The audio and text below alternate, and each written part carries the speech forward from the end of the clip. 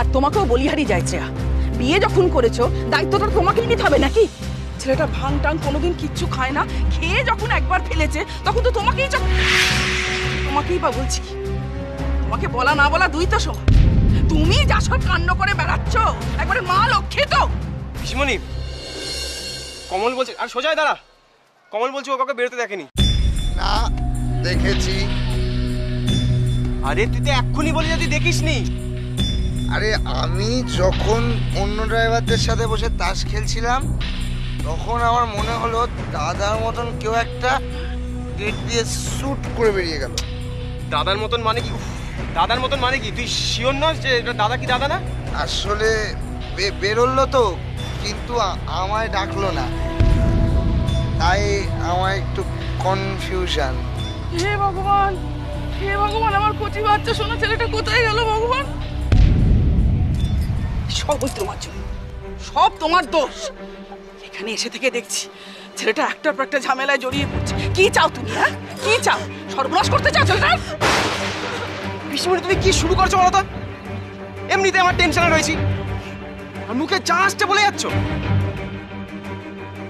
বৌদি, আমাদের এখানে থেকে আর লাভ নেই, আমাদের বাড়ি যেতে হবে, চলো। হ্যাঁ বাড়ি তো যেতেই হবে, আর কি করবি বল? ভদ্র মহিলা এত করে এসে পার্টি নেমন্তন্ন করে গেলেন আর সেই পার্টিটা তোরা মাটি করে দিলি। সব তো 12টা বেজে। আরে সরল শিশুর মতো মনটা মিসেস সরকারের, ভাবলেও কষ্ট হচ্ছে। আমি যাই দেখে আছি মানুষটা কি করছে।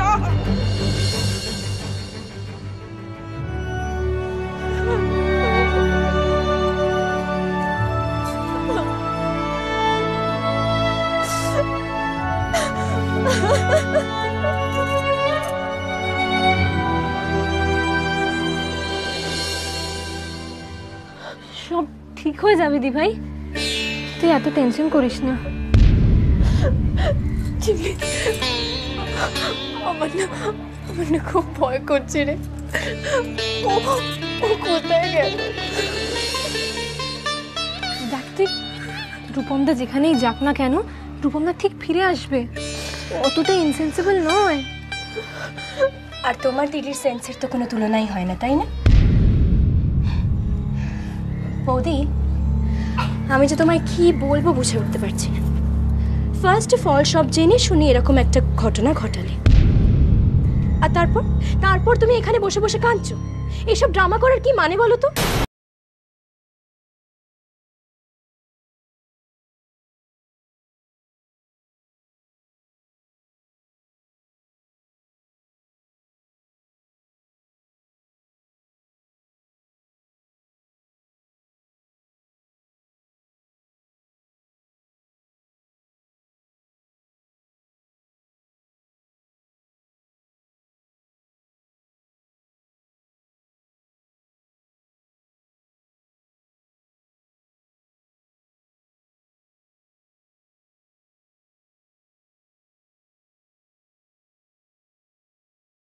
পারবে না, দেখ না মুখটা এমন করে আছে যেন সাত চড়ে রাগ কাটতে জানে না ঢং। দেখুন, রূপমদার জন্য আপনাদের যতটা টেনশন হচ্ছে আমাদেরও ঠিক ততটাই হচ্ছে, কিন্তু আপনারা কেউ সেটা না ভেবে সমানে দিভাইকে এত কথা শুনিয়ে যাচ্ছেন কেন? আর যে লোকটা এসেছিল আপনারা কি করে এতটা শিওর হচ্ছেন সেই মানুষটাই ছিল? ও মাই গড, তাহলে কি রুমালটা উড়ে এসে জুড়ে বসলো? ওরকম একটা রুমাল তো যে কেউ ফেলে দিয়ে যেতে পারে। আর তারপর যেখানে দিভাইয়ের এত শুভাকাঙ্ক্ষীরা রয়েছে। প্রমিত, তুমি দেখেছো তোমার ছোট বোন আমার সঙ্গে তর্ক করছে, আমাকে কথা শোনাচ্ছে। দেখে কথা শোনাচ্ছি না, আপনারা যে এই ব্যাপারটা নিয়ে অযথা সিন ক্রিয়েট করছেন এটাই আপনাদের যুক্তি দিয়ে বোঝানোর চেষ্টা করছি। ঝিমলি, তোমার দিদির ক্ষেত্রে কিন্তু এখন কোনো এক্সকিউজই খাটে না, তাই প্লিজ ওর ফরে আর কোনো কথা বলো না।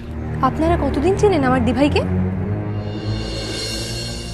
শুনুন, আপনাদের যে কারো থেকে বেশি দিন ধরে আমি আমার দিভাইকে চিনি, সুতরাং ওর সম্পর্কে কোনো উল্টো পাল্টা কথা বললে সেটা তো আমার গায়ে লাগবেই।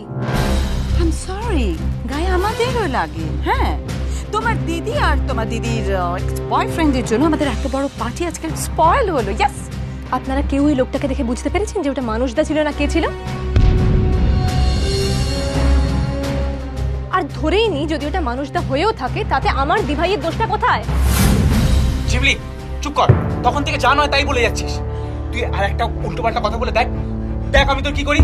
আরে আমি ভুলটা কি বলেছি? তখন থেকে সবাই মিলে দিভাইয়ের নামে যা নয় তাই বলে যাচ্ছে, কিন্তু এতে দিভাইয়ের দোষটা কোথায়? শিবলি প্লিজ চুপ কর না। দিভাই, আমি তোরাকে হাত জোড় করছি, প্লিজ চুপ কর, আমি এসব আর নিতে পারছি না, চুপ। আমি ওর হয়ে আপনাদের কাছে ক্ষমা চাইছি, আপনারা একদম টেনশন করবেন না। আমি দেখছি রূপমদা কোথায় গেল। দাঁড়ান, দেখবেন রূপমদা ঠিক ফিরে আসবে, আমি দেখছি।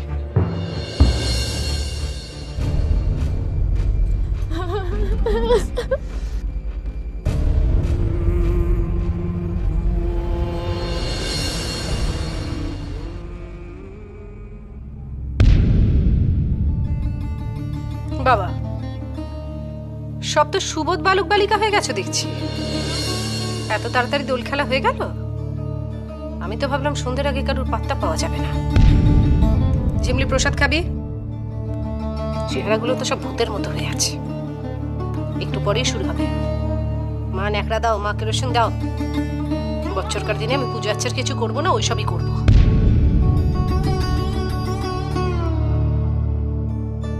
বাবা, বাড়িতে এসে যদি এতই মন খারাপ হয়, তাহলে আরো কিছুক্ষণ ওখানে কাটিয়ে এলেই পারতে। কি হয়েছে রে? তখন থেকে আমি একাই বকে যাচ্ছি, তোরা কেউ কোনো কথা বলছিস না। কিছু হয়েছে? প্রবাল কোথায়? ঝিমলি চুপ করে থাকিস না। কিছু হলে আমাকে বল, আমার কাছে লুকোস না। কিছু হয়নি মা। তুমি কেন এত কথা জিজ্ঞেস করছো? কারোর কিচ্ছু হয়নি। পর্দা এখনো ও বাড়িতেই আছে, একটু পরে চলে আসবে। কিন্তু তোদের মুখ চোখ দেখে তো আমার একদম ভালো লাগছে না। আমার কেন জানি না মনে হচ্ছে কিছু একটা হয়েছে। ঐন্দ্রলা, প্রবালের কিছু হয়েছে?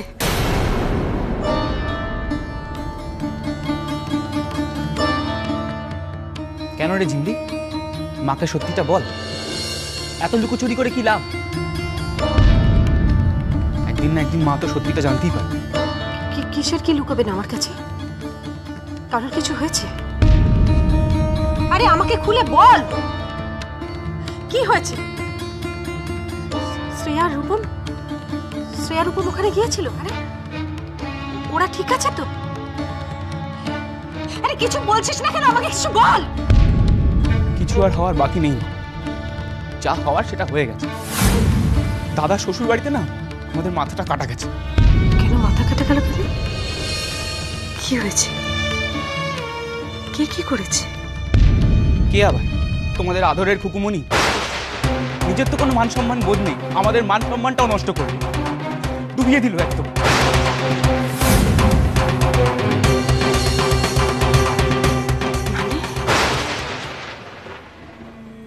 রূপম, আমার তো মনে হয় রূপম বাড়ি ফেরেনি। দাঁড়াও। মা, মা। কিরে, কি ব্যাপার? ও মা, তোর সময় তো তাড়াতাড়ি ফিরে এলি, কি ব্যাপার বলতো? কি হচ্ছে? তোমাদের মুখ চোখের অবস্থা সব এরকম কেন? মা, কেউ কি ফোন টোন করেছিল? ফোন না তো, কে ফোন করবে? আচ্ছা কি ব্যাপার বলো তো? পুরবিও বারবার ফোন করে আমাকে জিজ্ঞেস করছে রূপম ফিরেছে কিনা। রূপম তো তোদের সাথেই গেছে, তোদের সঙ্গে তো ফেরার কথা। আর তোরাও তো আশ্চর্য, ওর ফোনে ফোন না করে আমাকে বাড়িতে ফোন করছিস কেন? মা, দাদা ফোনটা ধরলে তো। আমি তখন থেকে দাদাকে ফোনে ট্রাই করছি, কিন্তু দাদাকে ফোনে পাচ্ছি না। মা, ফোন ধরছে না মানে? কি হয়েছে রূপমের? কি হয়েছে? হ্যাঁ বৌদি, একটু শান্ত হও বৌদি, বলছি শান্ত হও। কি করে শান্ত হব? কি হয়েছে? কোথায় গেছে সে? সেটাও তো আমাদের প্রশ্ন, আমরা তো জানি না ও কোথায় গেছে। ও নিশ্চয়ই বাড়ি ফেরেনি, তাই তো? বাড়ি ফেরেনি মানে? বাড়ি না ফিরে কোথায় যাবে ও? আরে কুচি বাচ্চা ছেলেটা আমার, খাওয়া নেই দাওয়া নেই, কোথায় ঘুরে মরছে ভগবান জানে। পুরবি এসব কি বলছে? কি হয়েছে রূপমের? তোরা আমাকে বল পরিষ্কার। মা প্লিজ, সেই কথা তুমি তোমার নিজের বৌমাকে গিয়ে জিজ্ঞেস করো। দাদার ঘরে সে এখন মুখ গুজে তো বসে আছে, যাও না। আর পার্টিতে সবার সামনে নিজের পুরনো প্রেমিকের সাথে যা করলো। ছি, বৌদি তোমাকে সব কথা ভালো করে বলে দিতে পারবে মা, যাও বৌদির কাছে।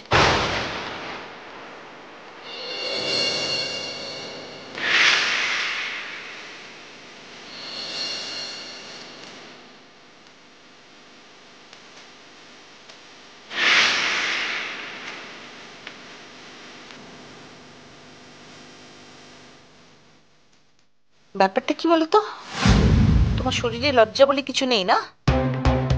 এত বড় একটা কাণ্ড ঘটিয়ে আবার তুমি এখানে এসে চুপ করে বসে আছো? তোমার সাহস হয় কি করে রূপমের ঘরে ঢোকার? কে দিয়েছে তোমাকে সেই অধিকার?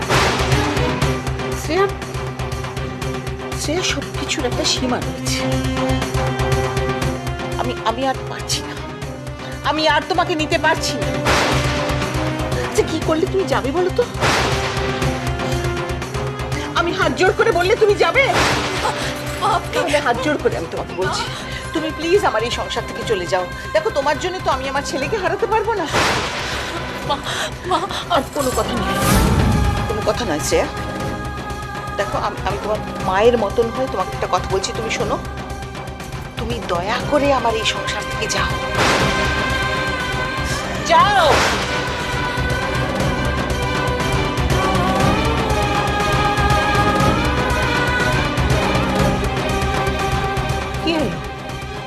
কথা কানে যাচ্ছে না?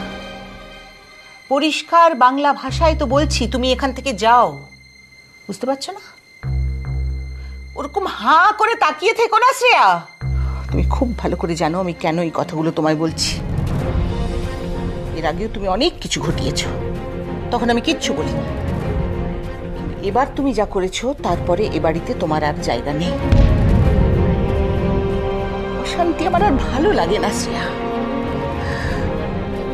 তাই ভদ্রভাবে বলছি, তুমি প্লিজ এখান থেকে চলে যাও। কিন্তু মা, আমি কি করেছি? আমায় প্রশ্ন করছো কি করেছো? লজ্জা নেই তোমার? বিবেক বলে কিছু নেই? মা, আপনি ওখানে যাননি, তাই আপনি দেখেননি কি হয়েছে। একজন না শ্রেয়া, ওখানে আরো অনেকে ছিল এবং তারা প্রত্যেকে দেখেছে তুমি ওখানে কি করেছো। ওরা যদি সত্যি দেখে থাকতো আমি কি করেছি, তাহলে এই কথাটা ওরা বলতো না। আপনি প্লিজ বিশ্বাস করুন, ওখানে যা ঘটেছে, যা হয়েছে, তাতে আমার কোনো দোষ নেই, প্লিজ। হ্যাঁ, সব দোষটা এখন আমাদের, কারণ আমরা তোমাকে ওই অবস্থায় দেখে ফেলেছি। কাকে সাফাই দিচ্ছ বলো তো শ্রেয়া? এতদিন পর্যন্ত সব লুকিয়ে রেখেছিলে, এখন যখন সব বেরিয়ে পড়েছে, তখন শাক দিয়ে মাছ ঢেকে কি লাভ বলো তো? আর বৌদি, যে যাই বলুক না কেন, আমি তো সবসময় তোমায় বিশ্বাস করেছি। অনেক সময় অনেকে তোমার এগেনস্টে অনেক কথা বলেছে, কিন্তু আমি সব সময় তোমার পাশে থাকার চেষ্টা করেছি বৌদি। কিন্তু আমি এটা কি করে মেনে নেব যে তোমাকে এমন একজন লোক রং মাখাচ্ছে যার সাথে বিয়ের আগে তোমার একটা সম্পর্ক ছিল।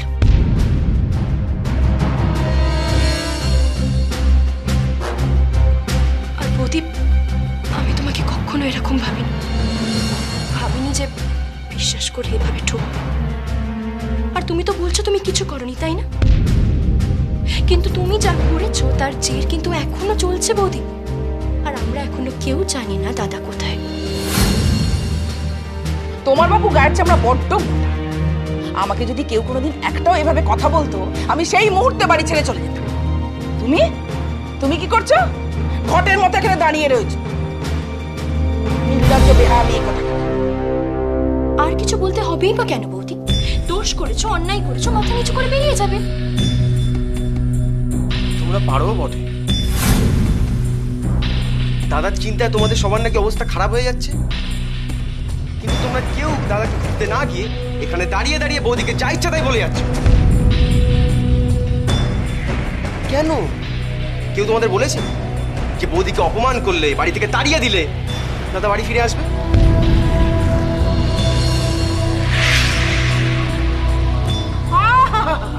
অনুজ লক্ষণ এলেন সীতাকে উদ্ধার করে নিয়ে যেতে।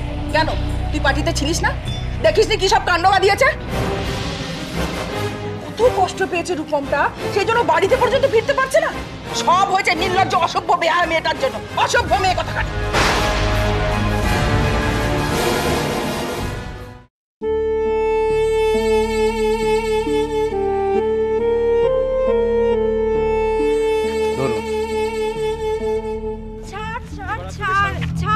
আরে এই এই তোরা কি করছিস রে? ছাড় ওকে, ছাড়। ও মারতে চাইছে না, ওকে ছেড়ে দে। আমি আপনাকে চিনি না, জানি কেন আমাকে রং মাখাচ্ছেন?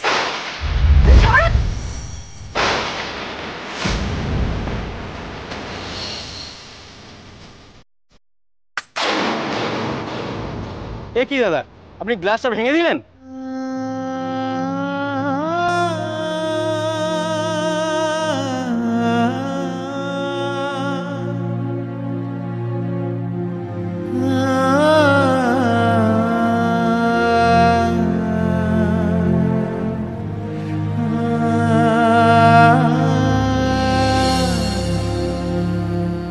শোন সায়ন, তোকে আমাদের এত ব্যাখ্যা দেওয়ার কোনো প্রয়োজন নেই। তুই যাকে বৌদি বৌদি বলে হেদিয়ে মরছিস না, সে এ বাড়িতে আসার আগে আর পরে এ বাড়ির অবস্থাটা একবার ভেবে দেয়। আমিও সেটাই বলছি পিসিমণি। আগে আমরা সবাই কত খুশি থাকতাম, কত হাসতাম, আর যবের থেকে দাদার বিয়ে হয়েছে তবে থেকে যেন আমরা সবাই হাসতেই বলে গেছি। ও মা, হাসবো কি করে? হাসার মতো কোনো ঘটনা এ বাড়িতে ঘটেছে নাকি? উনি যেদিন থেকে এ বাড়িতে এসেছেন একটার পর একটা অঘটন ঘটেই চলেছে, ঘটেই চলেছে। রূপমের জীবনটা তো নরক করেই ছেড়েছে, সঙ্গে আমাদেরটা।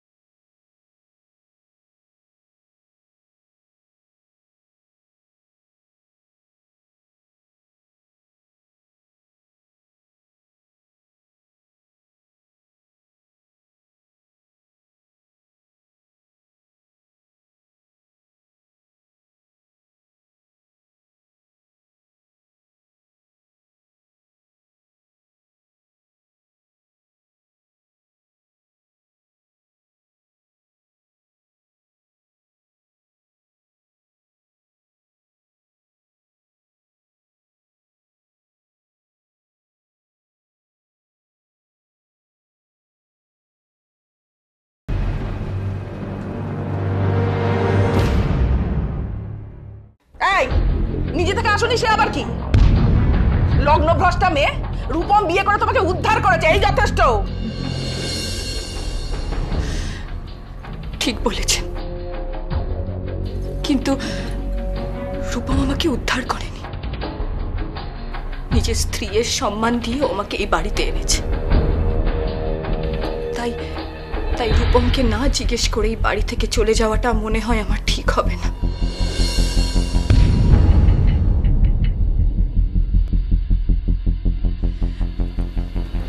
রূপম ফিরে আসুক,